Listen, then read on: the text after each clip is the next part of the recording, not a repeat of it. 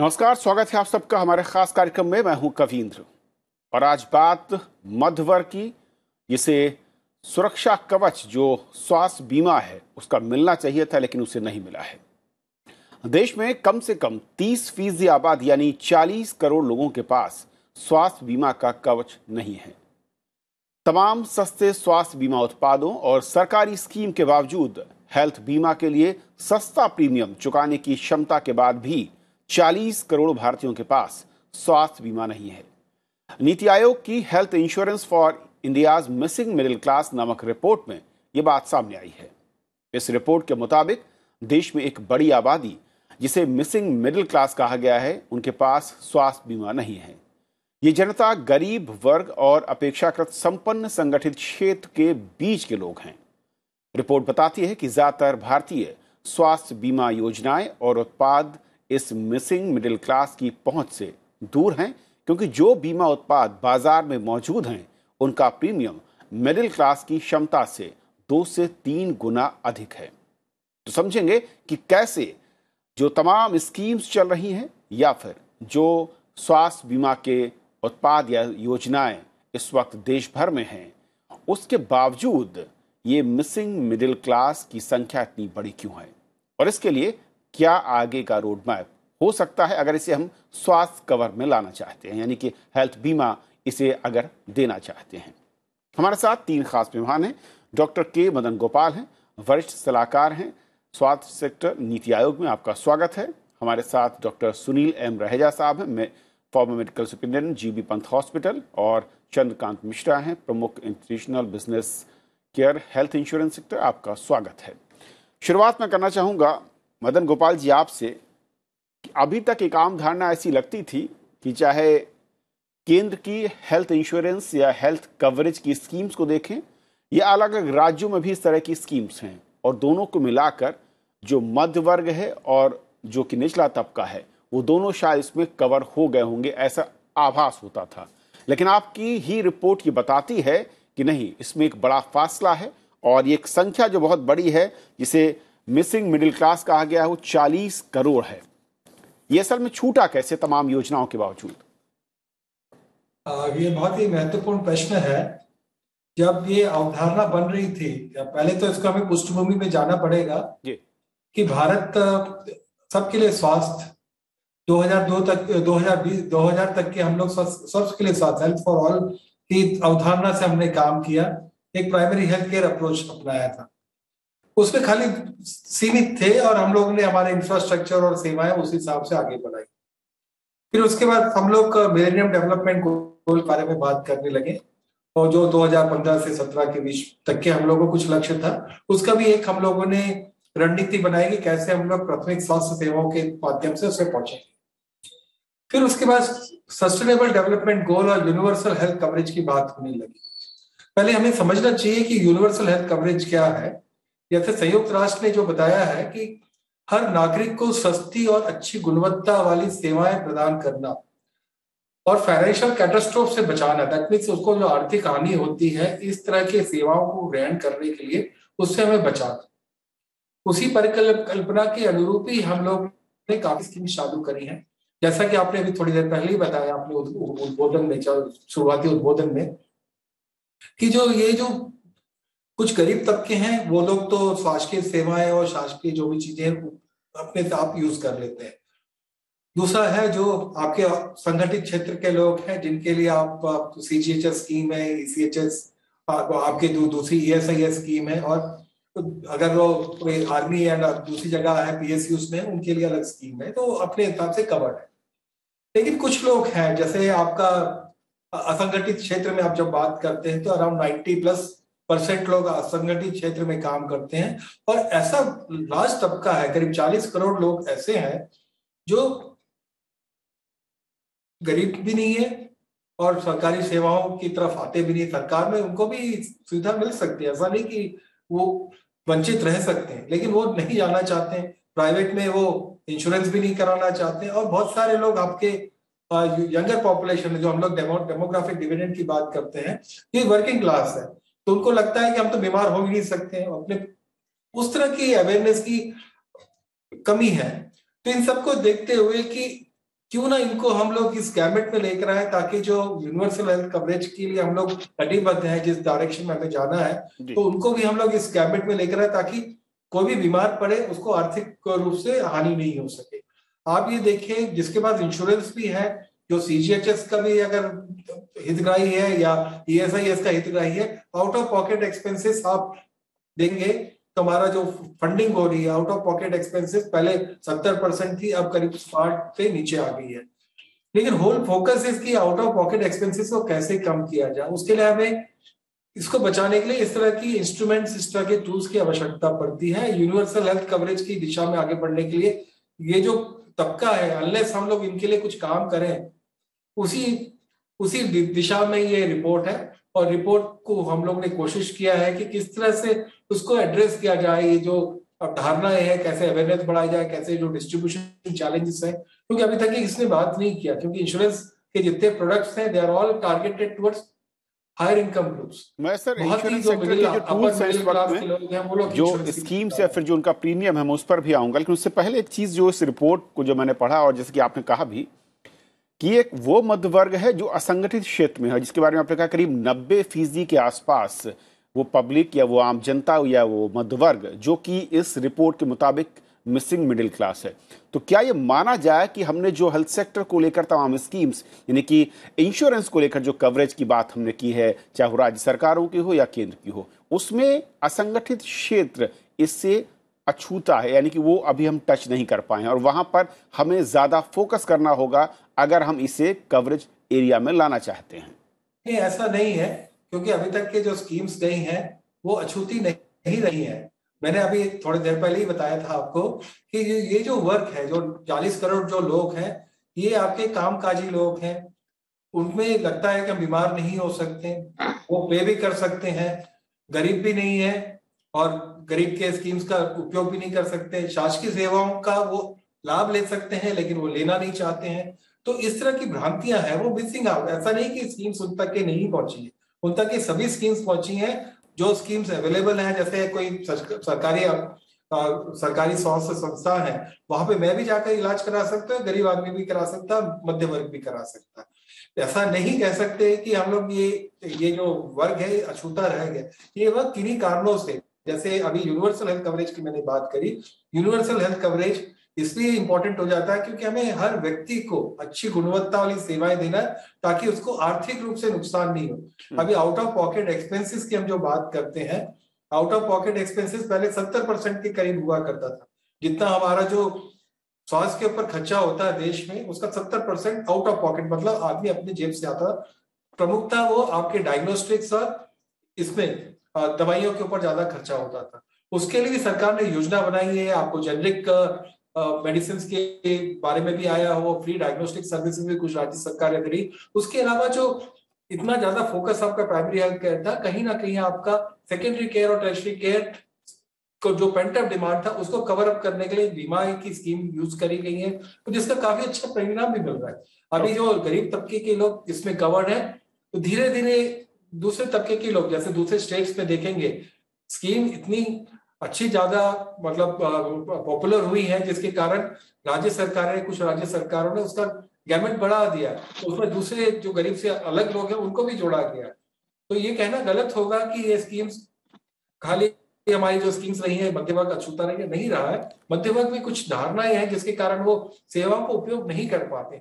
अभी ये देख रहा है कि उनको भी कैसे इस तरफ से लेकर आना है। लेकिन सर जो नंबर्स हैं, इंश्योरेंस का वो नंबर्स इतने बड़े हैं कि जो रीजन है वो तलाशने बहुत जरूरी है कि क्या वाकई वो उन सुविधाओं से खुश हैं, ये नाखुश हैं इसलिए नहीं जाना चाहते, या वाकई उनकी जो अर्निंग है, मंथली इनकम है, वो फ्लक्चुएट करती है जॉब या बिजनेस में इसलिए वो नहीं जाना चाहते हैं, या फिर कोई और कारण है।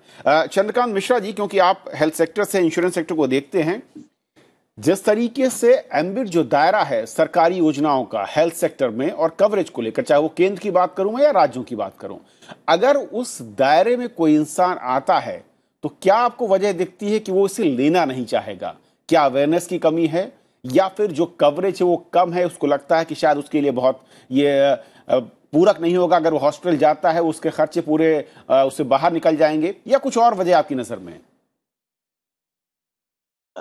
देखिए, ये मिसिंग मिडिल जैसे अभी एक वो स्ट्रक्चर्ड वे में आप बताया जा रहा है, पहले से इंश्योरेंस, आप भारतवर्ष में हेल्थ इंश्योरेंस की प्रोग्रेस देखेंगे तो पिछले 10-15 साल से इसकी डिमांड काफी बढ़ी है और काफी दौर से उसका ग्रोथ रेट भी रहा है।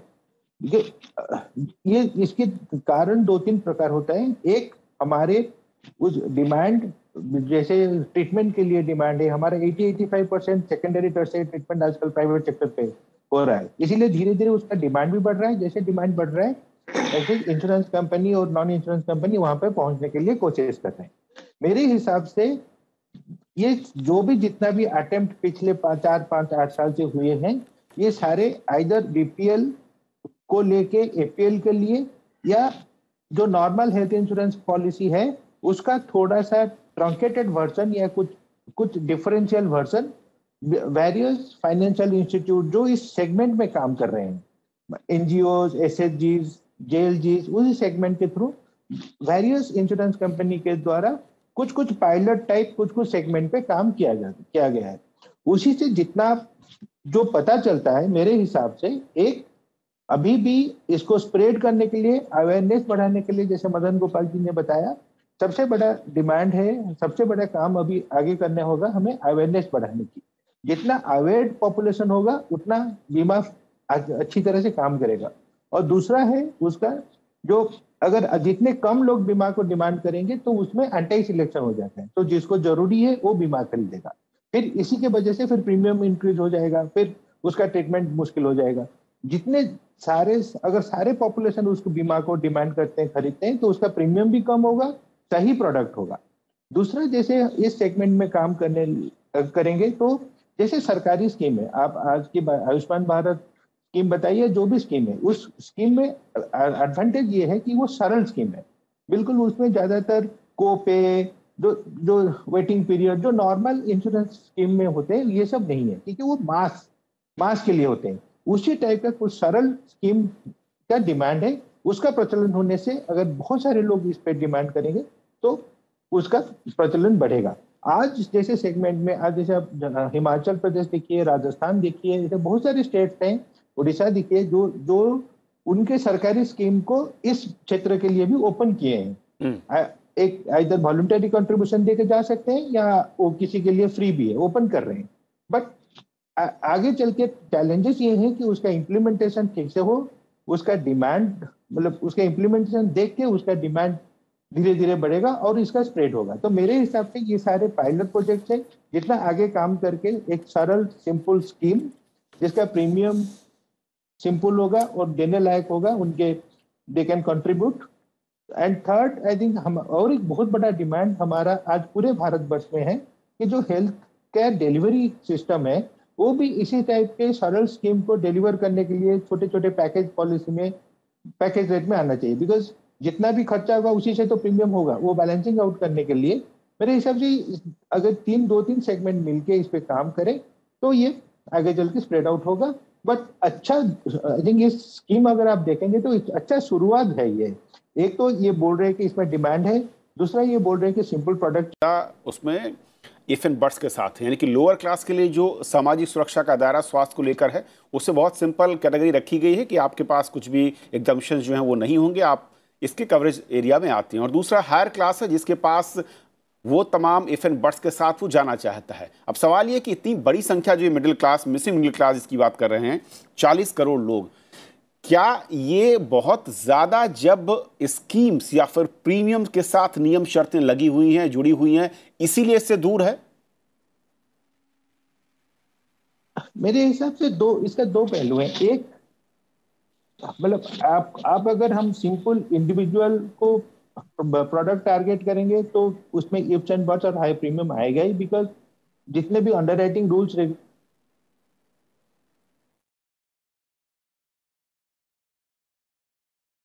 चंद्रकांत जी, आपकी आवाज चली गई, एक बार माइक चेक कर लीजिएगा।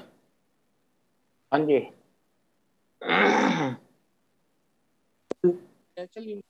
बहुत सारे सिस्टम काम कर रहे हैं, जैसे आजकल एफपीओज होते हैं, ऐसे जो इसी सेगमेंट पे काम कर रहे हैं, इसी सेगमेंट पे फाइनेंशियल इंस्ट्रूमेंट में काम कर रहे हैं।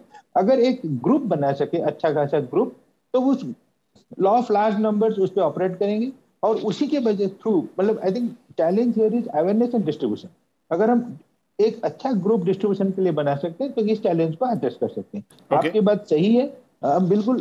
अगर इफ्स एंड बर्ड्स और ज्यादा जटिल प्रोडक्ट रखेंगे तो शायद इसके डिमांड कम होगी।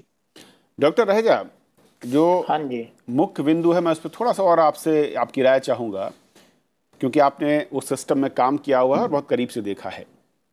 एक तरफ हम देखते हैं जो नीति आयोग के आंकड़े हैं कि करीब 50% जो गरीब आबादी है वो राज्य सरकार या केंद्र की कवरेज एरिया में आ जाती है। 20% आबादी यानी कि 25 करोड़ जो संख्या मोटे मोटे तौर पर है वो सामाजिक स्वास्थ्य या फिर निजी स्वास्थ्य के जरिए कवर हो जाती है, यानी कि कुल मिलाकर 70% वो आबादी इसमें कवर होती है। इसके बावजूद जो ये नंबर है कि 40 करोड़ लोग जिनके पास हेल्थ बीमा नहीं है, ये अपने आप में थोड़ा सा चौंकाता है। क्यों? क्योंकि बहुत सारी स्कीम है, ओवरलैपिंग स्कीम्स हैं। क्या उन स्कीम्स को रीडिफाइन, उसके दायरे को, उसकी क्राइटेरिया को रीडिफाइन करके हम मिसिंग इस मिडिल क्लास को शामिल कर सकते हैं? या फिर दूसरा विकल्प यह है कि जो प्राइवेट सेक्टर में प्रीमियम है और उसकी जो नियम शर्तें हैं उसको लचीला और बहुत स्ट्रेट फॉरवर्ड करना होगा कि आम आदमी समझे और सीधे उसके साथ जुड़े। हाँ जी, आपका जो दूसरा प्रश्न है उसमें बहुत ही अच्छी बात है कि हमें इस जो मिसिंग मिडल है इनके लिए चाहिए कि जो प्रीमियम है और जो इंश्योरेंस की कंडीशंस हैं, टर्म्स एंड कंडीशन, उनको हम सिंप्लीफाई करें। Number 1, cost of the premium को हम कम करें, क्योंकि अभी हम देखते हैं कि जो कॉस्ट ऑफ प्रीमियम है वो 2 या 3 गुना अधिक है, जिसकी वजह से लोग इसको अवॉइड करते हैं। दूसरा, उसमें कुछ एक कंडीशंस हैं कि आपको कुछ एक बीमारियां 2 से 4 साल तक कवर नहीं होती। मतलब यदि आपने आज इंश्योरेंस लिया है तो कुछ एक क्रॉनिक डिसीजेज हैं जैसे, वो 2 से 4 साल उनको कवर नहीं करते हैं। और दूसरी चीज़, आपको ओपीडी में फैसिलिटी नहीं मिलती है, आपको एडमिट होना ही पड़ेगा उसके लिए अगर आपको इंश्योरेंस का बेनिफिट लेना है। तो कुछ एक चीज़ें ऐसी हैं जिनको हमें सिंप्लीफाई करना चाहिए, और हम ये समझ रहे हैं कि इसमें पब्लिक अवेयरनेस को क्रिएट करना बहुत ज़रूरी है, क्योंकि ये हमें करना पड़ेगा कॉम्बिनेशन ऑफ इम्प्लीमेंटेशन पाथवेज के साथ, और इसमें ऑपरेशनल कॉस्ट को कम करना चाहिए और हमें डिफिकल्ट टू रीच एरियाज को भी कवर करना चाहिए, क्योंकि हमें ये समझना है कि जो हमारा देश है, it is a country of cultural diversity, economic disparity and difficult to reach areas. तो हमें थोड़ा सा इसको लॉजिस्टिकली इस चीज़ को और आगे ले जाना चाहिए। हमें अपना एनरोलमेंट बेस को बढ़ाना चाहिए, क्योंकि जितना ज़्यादा हमारे पास पूल ज़्यादा होगा, जैसे हम डिस्कस कर रहे हैं, तो उससे जो प्रीमियम कॉस्ट है वो कम हो जाएगी। और दूसरी चीज़ है कि इस प्रोसेस को सिंप्लीफाई करना बहुत ज़रूरी है। और यदि हम देखते हैं कि हमारी 50% पॉपुलेशन तो आयुष्मान भारत, जो कि हमारे माननीय प्रधानमंत्री जी ने 2018 में प्रधानमंत्री जन आरोग्य योजना शुरू करी, उसमें कवर हो जाते हैं। कुछ एक लाइट क्लास है 20, जैसे आपने बोला कि उनका बीमा का ऑलरेडी उनका है सामाजिक के थ्रू और कंपनीज के थ्रू। ये जो बीच का 30% है, इनमें नंबर 1, एक तो हमें उनको एश्योरेंस देना चाहिए। Basically they have to trust that this is very useful for them. The most important factor what I feel is the consumer trust and confidence in this scheme. Only then they will join. और उसके लिए हमें ज़रूरी है कि हम एक consumer awareness को लार्ज स्केल पे क्रिएट करें, क्योंकि as a physician, as a clinician, I have worked as medical superintendent GB Pant hospital DGHS। तो मैं ये बताना चाहता हूँ कि ऑलमोस्ट 7% पेशेंट ऐसे होते हैं जो कि पॉवर्टी की तरफ पुश हो जाते हैं because of any medical catastrophe. बिल्कुल, घर में किसी को हार्ट अटैक आ गया, किसी को स्ट्रोक हो गया, कोई मेजर इलनेस आ गया, या किसी को सर्जरी कराना पड़ गया, तो हमने ऐसा देखा है कि इन बेचारों को या तो लोन लेना पड़ता है रेट ऑफ इंटरेस्ट पे, या अपना कुछ ना कुछ सामान या प्रॉपर्टी बेचनी पड़ती है। तो ये सारी चीज़ों को हमें कवर करना चाहिए। हमें सबसे ज़रूरी बात है कि we have to win the confidence of the consumer, और वो तभी हो पाएगा जब हम एक फ्रेंडली स्कीम्स लाएंगे, प्रीमियम कम करेंगे, ब्रॉड बेस को कवर करेंगे, और एक यूनिफॉर्म सिस्टम को डेवलप करेंगे। जैसे हम देखते हैं कि आरोग्य संजीवनी जो है लॉन्च बाय IRDAI DAI जो हुई है उसमें कुछ खामियां हैं, उसको हमें और यूनिफॉर्म कर सकते हैं, हम उसका प्रीमियम कम कर सकते हैं। वो तभी होगा जब हमारे पास जो लोग इंश्योरेंस खरीद रहे हैं, पॉलिसी कर रहे हैं, वो अधिक हो जाएगा, हमारा बेस बढ़ जाएगा। और दूसरा, अगर उसको सिंप्लीफाई कर देते हैं जी, जिसमें कि प्रीमियम हमारा कम हो जाता है और लोगों को जो क्लेम लेना है वो आराम से मिल जाता है और इजी वे हो जाए, बिल्कुल जी। कॉन्फिडेंस उनके अंदर जब ये जागृत हो जाएगा, तो आई थिंक ये एक बहुत ही इंपॉर्टेंट आपने आज का टॉपिक लिया है। और हेल्थ फॉर ऑल हम हमेशा से कहते हैं कि ये जो आपने रजा साहब कहा, इसमें एक बहुत हाँ वैलिड पॉइंट है, जो बहुत मैं कहूँ कि इस रिपोर्ट का एक शायद छुपा हुआ हिस्सा है। उसके बारे में मदन जी, हाँ जी, हाँ जी, क्या ये जो हेल्थ इंश्योरेंस कवरेज वेरी जी इंपॉर्टेंट मदन जी, जो 30% आबादी जो मिसिंग मिडिल क्लास के नंबर्स हैं, कहीं ऐसा तो नहीं कि वो नंबर्स हैं जो कि कराना तो चाहते हैं, इसमें से कुछ एक बड़ा हिस्सा हो जो हेल्थ इंश्योरेंस चाहता हो, लेकिन उसकी एज और जिस तरीके से हेल्थ इंश्योरेंस कंपनियों की शर्तें होती हैं, चाहे वो एज को लेकर हो, बीमारियों को लेकर हो, और उसमें इतने साल कवरेज नहीं मिलेगा लेकर हो, या फिर जो सेटलमेंट को लेकर हो, वो इतना पेचीदा है कि वो उससे दूर भाग जाता है। बिल्कुल सही बात कह रहे हैं आप, क्योंकि ये जो इश्यूज है, जो इश्यूज तो एक तो है जागरूकता की कमी, वो तो मान लिया, लेकिन जागरूकता के बाद भी जो एडवर्स सिलेक्शन है, जैसे चंद्रकांत जी ने बताया कि जिसको जरूरत है वही ले रहा है, तो और इंडिविजुअल पॉलिसी जो है काफी महंगी पड़ जाती है। जैसे आप बाजार में 5 लाख की पॉलिसी लेने जाएंगे तो आपकी एज के हिसाब से, अगर यंगर एज है तो काफी इंश्योरेंस कंपनीज उनको कराने की कोशिश करती हैं। जैसे मैं और आप अगर कोई एज वाले लोग हैं तो इंश्योरेंस कंपनीज उतनी ज्यादा प्राथमिकता देती नहीं है जिनको जरूरत है, क्योंकि 20 साल तक के मैं उनके साथ रहूंगा। मैं अभी अपना ही उदाहरण बता रहा हूँ, मैं एक इंश्योरेंस कराया था तो उसका इंश्योरेंस बंद हो गया, क्योंकि बैंक के थ्रू एक इंश्योरेंस था, वो प्रोडक्ट ही बंद कर दिया, अब दूसरा प्रोडक्ट लेना पड़ा, और इंश्योरेंस का जो प्रीमियम है वो डबल देना पड़ रहा है, क्योंकि बोले कि आपके एज के हिसाब से आपका इंश्योरेंस प्रीमियम डबल हो जाएगा, लेकिन कवरेज कितना, 5 लाख, अभी तक एक बार यूज नहीं किया। ठीक है, तो इसमें काफी विसंगतियां हैं। एक तो ये है कि यंगर पर्सन है जो पे कर सकते हैं, लेकिन ऐसे प्रोडक्ट उनके पास है नहीं जो सस्टेन कर सके और आगे ले जा सके, और जो छोटे छोटे लाइन लिखे रहते हैं उस पर ट्रस्ट नहीं आ पाता है। ये जो ट्रस्ट एलिमेंट है, वो ट्रस्ट एलिमेंट कैसे इंश्योरेंस कंपनीज और जो ये यंगर पॉपुलेशन है उसको कैसे दूर करेंगे, एक बहुत बड़ा इशू। तो ये अंडरराइटिंग जो है वो उसमें ट्रांसपेरेंसी नहीं आती है। जो क्लेम प्रोसेस है, जो प्राइवेट इंश्योरेंस कंपनीज हैं, कहीं कहीं में बहुत अच्छे से क्लेम सेटलमेंट हो जाता है, कहीं सेटलमेंट नहीं होता, उससे कॉन्फिडेंस नहीं आता है। जैसे आप क्लेम पे आउट रेशियो देखेंगे इंश्योरेंस कंपनी का, और जो गवर्नमेंट के जो PSUs के इंश्योरेंस कंपनीज हैं और जो प्राइवेट इंश्योरेंस कंपनीज हैं, वो रिपोर्ट का हिस्सा नहीं है। हमने जो इसके पहले जो रिपोर्ट जारी करी थी, तो health systems dialogues for India, तो उसमें बिल्कुल बताया गया कि कैसे कॉर्पस बच जाता है उनका। अगर आप क्लेम रेशियो देखेंगे प्राइवेट कंपनीज और गवर्नमेंट कंपनीज का, गवर्नमेंट कंपनीज का जो पे आउट है वो काफी ज्यादा है as compare to the private companies. बिल्कुल, लेकिन वो उसके साथ साथ, जैसे विदेशों में होता है कि जो इंश्योरेंस वाले रहते हैं वो वेलनेस की तरफ भी फोकस करते हैं, तो वैसे कुछ एक्टिविटीज हमारे इधर दिखती नहीं है, जिसके कारण हमारे जो युवा है, जो या जो भी वर्किंग क्लास है, जो वंचित है, वो अट्रैक्ट हो सके। मदन जी, आपने बात कही, मैं एक छोटा सा जवाब, जो आपने पॉइंट रेज किया बहुत वैलिड पॉइंट है। चंद्रकांत जी, 2 बड़ी चीजें हैं जो कि देश में नजर आती हैं। अगर पिछले आप 20 साल के आप हेल्थ सेक्टर इंश्योरेंस या किसी दूसरे इंश्योरेंस को उठा लें, कि आप एक्स एज पर, यानी कि 20 से 25 साल की एज में एक हेल्थ इंश्योरेंस का आप लेते हैं, और उसके 5 या 7 या 10 साल के बाद वो कंपनी उस प्रोडक्ट को बंद कर देती है, या वो कंपनी ही किसी दूसरी कंपनी को ओवरटेक करते हुए नाम बदल जाता है या कंपनी अलग चली जाती है। अब असल में जिस एज में जब वो बंदा या कोई भी शख्स उसको लेता है इंश्योरेंस, तब उसका प्रीमियम हाई वो पे कर रहा है कंपेरेटिवली जो उसको मिलना चाहिए, लेकिन जब हायर एज पे वो चेंज करता है तो उसको ज्यादा या डबल प्रीमियम देना पड़ता है। ये कैसे सुधारेंगे या कैसे सुधर सकता है, इसका उपाय क्या है? आई थिंक इस रास्ते में काफी काम हुई है अभी। हमारा रेगुलेटर काफी कंज्यूमर फ्रेंडली है, और उसी वजह से उस रेगुलेटर ने 2-3 केस एश्योर किया है। एक कि लाइफ लॉन्ग रिन्यूएबिलिटी, कोई भी कंपनी एक बार रिस्क एक्सेप्ट कर लिया तो उसको लाइफ लॉन्ग रिन्यू करने के लिए बाध्य है।